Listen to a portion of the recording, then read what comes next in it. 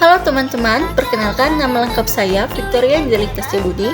Jadi kali ini saya akan membahas perbedaan antara masa Orde Lama, Orde Baru, dan masa Reformasi yang meliputi dari ciri khas, karakter, sistem pemerintahan, konstitusi, dinamika tambahan, konflik, dan lain-lain. Jadi, simak video berikut ini ya. Masa Orde Lama dalam sejarah politik Indonesia merujuk pada masa pemerintahan Soekarno yang berlangsung dari tahun 1959 hingga 1966 atau demokrasi terpimpin. Istilah ini tentu saja tidak digunakan pada saat itu dan baru dicetuskan pada masa pemerintahan Soeharto yang disebut juga dengan masa Orde Baru. Masa Orde Baru menggantikan Orde Lama yang merujuk kepada pemerintahan Soekarno. Lahirnya Orde Baru diawali dengan dikeluarkannya Surat Perintah 11 Maret 1966. Orde Baru berlangsung dari tahun 1966 hingga 1998. Dalam jangka waktu tersebut, ekonomi Indonesia berkembang pesat meskipun hal ini terjadi bersamaan dengan praktik korupsi yang merajalela dan pengekangan kebebasan berpendapat. Era Reformasi atau era pasca Soeharto di Indonesia dimulai pada tahun 1998, tepatnya saat kejatuhan Soeharto. Presiden Soeharto mengundurkan diri pada 21 Mei 1998 dan digantikan oleh Wakil Presiden saat itu, B.J. Habibie.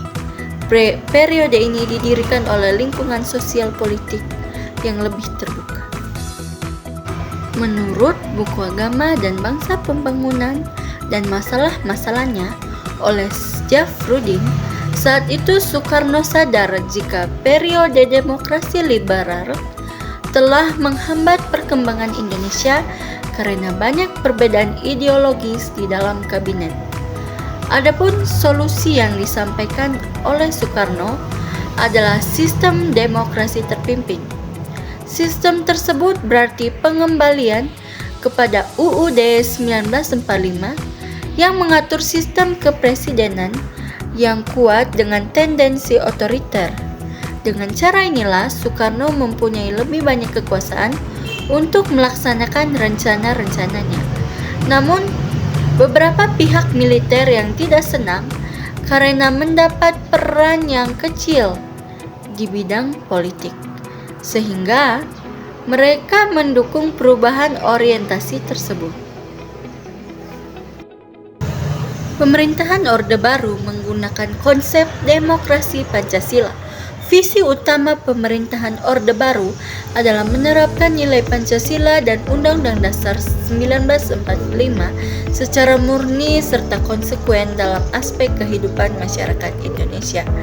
Di masa Orde Lama, komunisme dan gagasan yang bertolak belakang dengan Pancasila sempat meluas.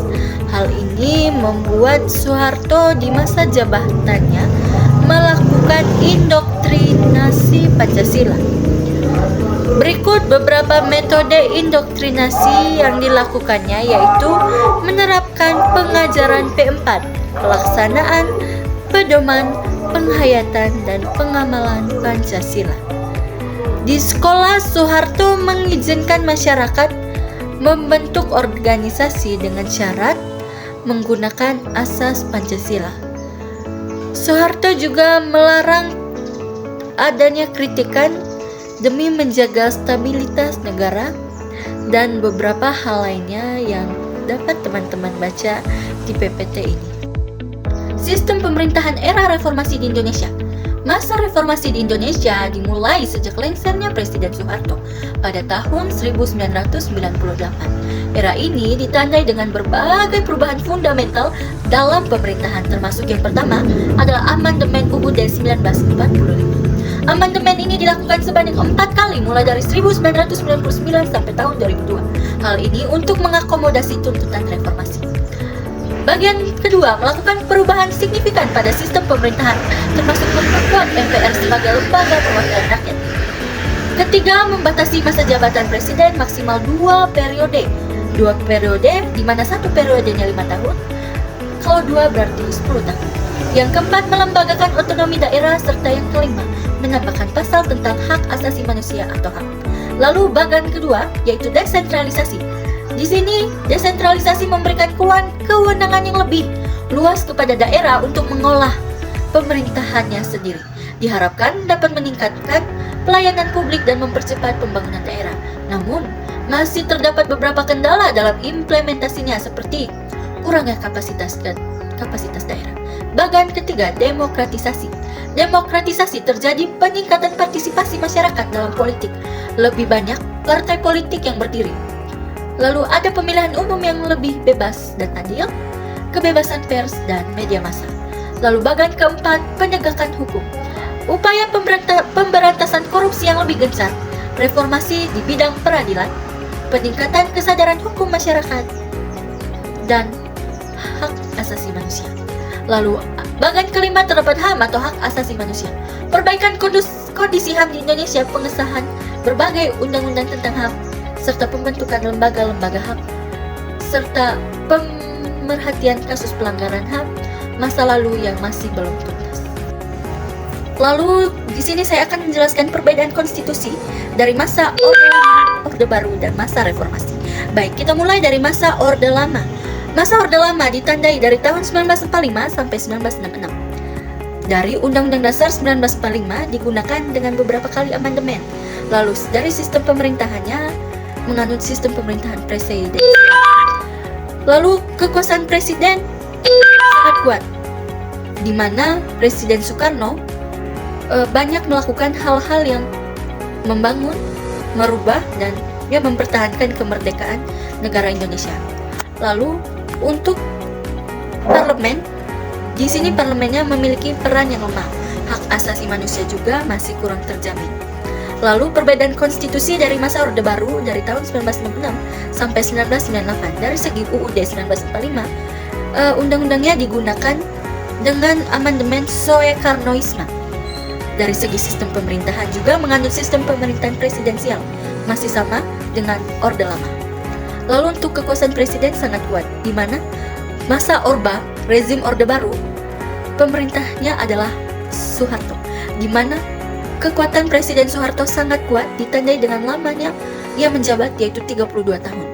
Dan pada ujungnya dia mengundurkan diri karena masyarakatnya melakukan demonstrasi agar dia mengundurkan diri. Lalu dari segi parlemennya menjadi stempel presiden dan hak asasi manusia masih dibatasi. Lalu perbedaan konstitusi dari masa reformasi dari tahun 1998 sampai sekarang. Dari segi UUD 1945 telah diamandemen sebanyak 4 kali dari 1999 sampai 2002. Lalu dari sistem pemerintahannya masih menganut sistem pemerintahan presidensial dengan sistem check and balance yang lebih kuat. Check and balance adalah mengecek dan menyetarakan dengan kekuatan yang lebih kuat. Lalu kekuasaan presiden diatur dan dibatasi oleh konstitusi. Dari parlemen juga memiliki peran yang lebih kuat. Lalu untuk HAM mulai terjamin dan dilindungi oleh konstitusi. Kita akan membahas perbedaan-perbedaan utama. Sistem pemerintahan Orde Lama dan Orde Baru menggunakan sistem presidensial yang sentralistik, sedangkan masa reformasi menggunakan sistem presidensial dengan metode check and balance, yaitu mengecek dan menyetarakan yang lebih strong atau lebih kuat.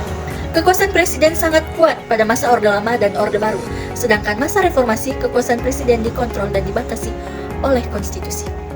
Peran parlemen memiliki peran yang lemah pada masa Orde Lama dan Orde Baru, sedangkan masa reformasi peran parlemen jauh lebih kuat.